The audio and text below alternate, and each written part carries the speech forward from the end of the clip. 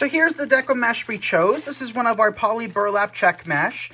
So we're going to begin by cutting this mesh approximately 14 to 16 inches until we have pieces about this big. And we're going to add one of these pieces to each and every twist. So go ahead and cut the rest of your mesh and then we can begin working it in.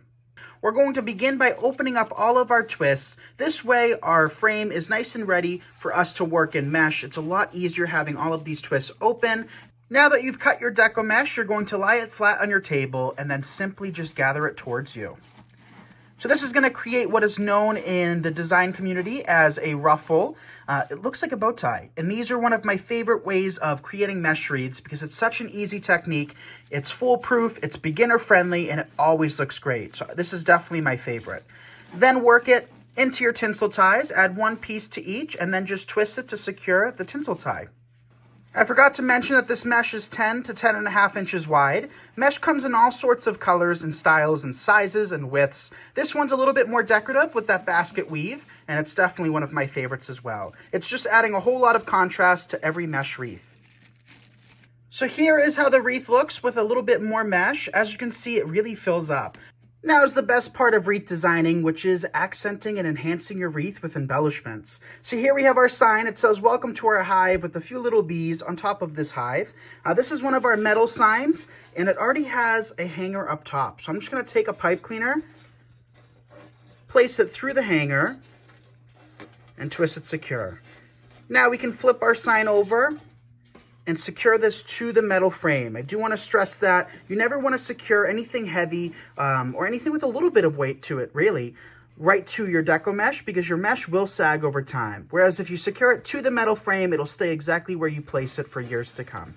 Now we're going to take some really pretty bee ribbon and we're just going to cut approximately 12 to 14 inches long. You don't have to be exact on this. And you can use the first one that you cut as a reference point to cut your rest. And once you've cut these, to take them to the next level and really make them professional, what you're going to do is take your ribbon, fold it in half, and you're going to do what is known as dovetailing. You're going to cut from the middle out towards the wired edge at an angle, and look at how much better that looks. Now that we have all of our ribbon cut, we cut 9 pieces of this and dovetailed them previously. We're just going to fold them in half and work them into the twists. So since we have one for every other twist, we're just going to simply alternate. Between each twist, there's going to be a gap and come back in with this ribbon. And have them all fluffed out, facing forward. So just continue on the outside and the inside rings, alternating between each with this beautiful ribbon. So here's how it looks after adding all of this 2.5 inch bee ribbon, and I still wanted a little bit more. So to bring out more of that black and white gingham, we have this 1.5 inch gingham, and we cut this 14 inches long, which is very similar to the length of the 2.5 inch, and we're gonna add these to every twist that doesn't have ribbon. So it makes it very easy once you work in your first color, because essentially wherever you see twist ties that don't have any ribbon is when you can come back, open your twist, and work in a piece. And I think those look great together. So I also forgot to mention, I do like opening up the twist ties before adding in my ribbons. I think by having this ribbon tucked in a little bit deeper, it creates kind of like a firework effect, having all of the ribbon shoot out from inside the mesh. Here's how the wreath looks after adding all of this ribbon. So at this point in time, you can choose to add additional bees, ornaments, embellishments, picks, you name it. I think this wreath looks really pretty, keeping it simple with just one roll of mesh, 2 rolls of ribbon, and a sign along with a wreath frame. So let's hang this up and show you how it looks on my door. And here is how the wreath turned out, you guys. I absolutely love it. It was so easy to put together. So if you're a beginner and you've never made a wreath before, this is definitely something you can do. It required 1 roll of mesh, 1 wreath frame, 2 ribbons, and a sign, making this very cost effective. I picked up one of these adorable umbrellas. We're going to start with the length of tails. I'm just going to cut it rather long, and that way we can have these kind of curl down below. So that length is perfect to me, about 20 to 24 inches on either side. And now it's time to create the bow itself. So for the bow, we're going to do a traditional style bow. We're going to keep our loops rather small at about 3.5 inches or so. We're going to create our first loop, flip it over, and create our second loop, and pinch in the middle. Now, this is the part where a lot of people struggle with. We're going to take our ribbon right where it meets our fingers, pinch it, and reverse it so the back side is facing forward. So we're just going to alternate each loop that we work in. I'm going to do 5 on either side, and with this spool of ribbon, it's a 10-yard spool. You should be able to create 3 or 4 bows using it. Now we're going to snip off the excess. And something I want to mention is that I snip it about 1/2 inch away from my fingers. This prevents it from slipping out from underneath the pipe cleaner. Now we're going to take our tails and place them underneath. We're going to secure it with a matching white pipe cleaner. We also carry all colors of pipe cleaners at nickseasonaldecor.com as well. And we want to make sure it matches. That way we're not able to see the pipe cleaner in the end. We just want to be able to see this beautiful bow. So we'll give this a light fluff, and then we'll attach it to our umbrella. I'm going to take my bow and I'm going to poke it through this. This umbrella is paper mache, but like I mentioned in the beginning of this video, they come in all different types of materials. And then I'm going to secure it to the stick in the middle of the umbrella. Pull our tails down, and then we have a pretty bow on top of the umbrella. My umbrella actually has a hanger attached to it. So what I'm going to do is I'm going to take my flower bushes. We have these beautiful white tulips, and all I'm going to do is poke them right inside the umbrella. I have 2 of them today, and this will give me a nice full floral display up top. And by not securing these permanently, whether it be with hot glue or foam, we can actually repurpose these flowers and use them for a different project. But now let's see how this looks on my front door. And here is how it looks, you guys. What an easy, inexpensive project. We used an inexpensive umbrella, a little bit of ribbon, and 2 flower bushes, and that is all it took to create this beautiful effect. If you're sick of reeds or want something different, this would be the perfect accent to your front door or inside your home as well. I grabbed one of these awareness ribbon wreath frames from the dollar store, and we're going to turn this into a really cute summer project. And then we can work in some pipe cleaners. So in the middle of the awareness ribbon right here, we want to be able to connect some deco mesh. So I'm going to take some of these pipe cleaners, and I'm going to twist them to the frame. So I placed one directly in the middle, and now we're going to create a cross with it. Just like that. So now what we're going to do is we're going to come back in with more pipe cleaners. And this time around, we're going to secure around 2 wires. By adding it to 2 wires, we're providing tension against the pipe cleaner, further keeping it in place and keeping it from shifting around. So I'm just placing them about 4 inches apart or so. Doesn't have to be exact, but we do want to make sure we have enough so that when we work in our deco mesh, we're not seeing the frame in the end. All right, so now we can come back in with our deco mesh. Now it's time to work in some deco mesh, and I chose this purple today, and notice that it's kind of like a plaid. So I think this is going to look really pretty. My preferred method of cutting my deco mesh is to use a rotary cutter and a self-healing mat.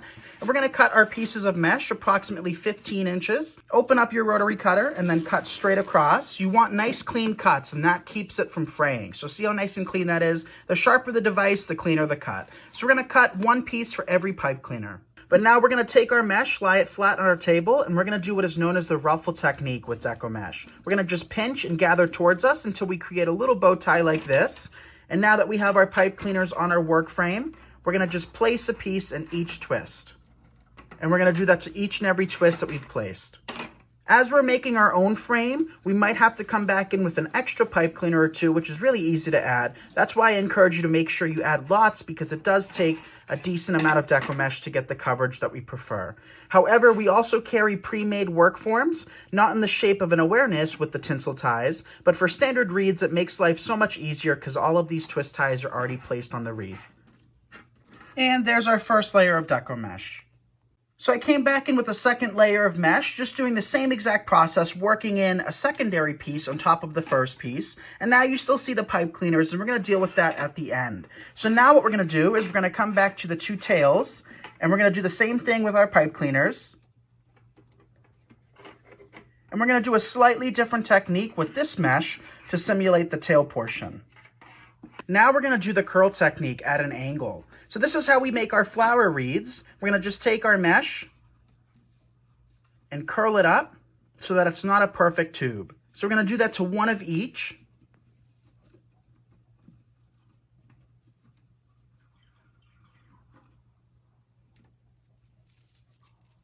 We're going to pinch them together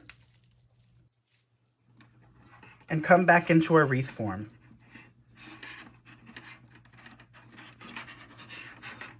And don't worry about how they look at this point because we are going to shift them around. We're more so focused on working in our mesh. Now we'll do the same process to the other side. Like we did with the first mesh technique, we may have to come back in with a couple extra pipe cleaners.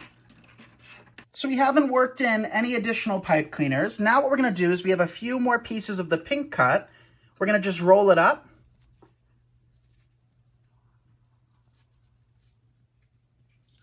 Pinch in the middle. And with the twist ties that we already have, or the pipe cleaners I should say, we're gonna just open them up and work in another piece. Now we'll do the same thing to the other side. So each twist tie, we added 2 to either side, gets 2 pieces of the pink and 1 piece of the purple. So we've removed all of the twist ties, as well as came back in with a few additional pieces of the pink mesh, doing the same technique, and this is turning out really cute. So just 2 rolls of mesh, and we have a little bit left over. Now is the fun part where we can jazz this up and design it and work in some embellishments. So with this being a mermaid tail, we're gonna work in a starfish, and I think keeping it simple would be really cute. So we're gonna just take 1 starfish, work in a little bit of hot glue, and place it up top.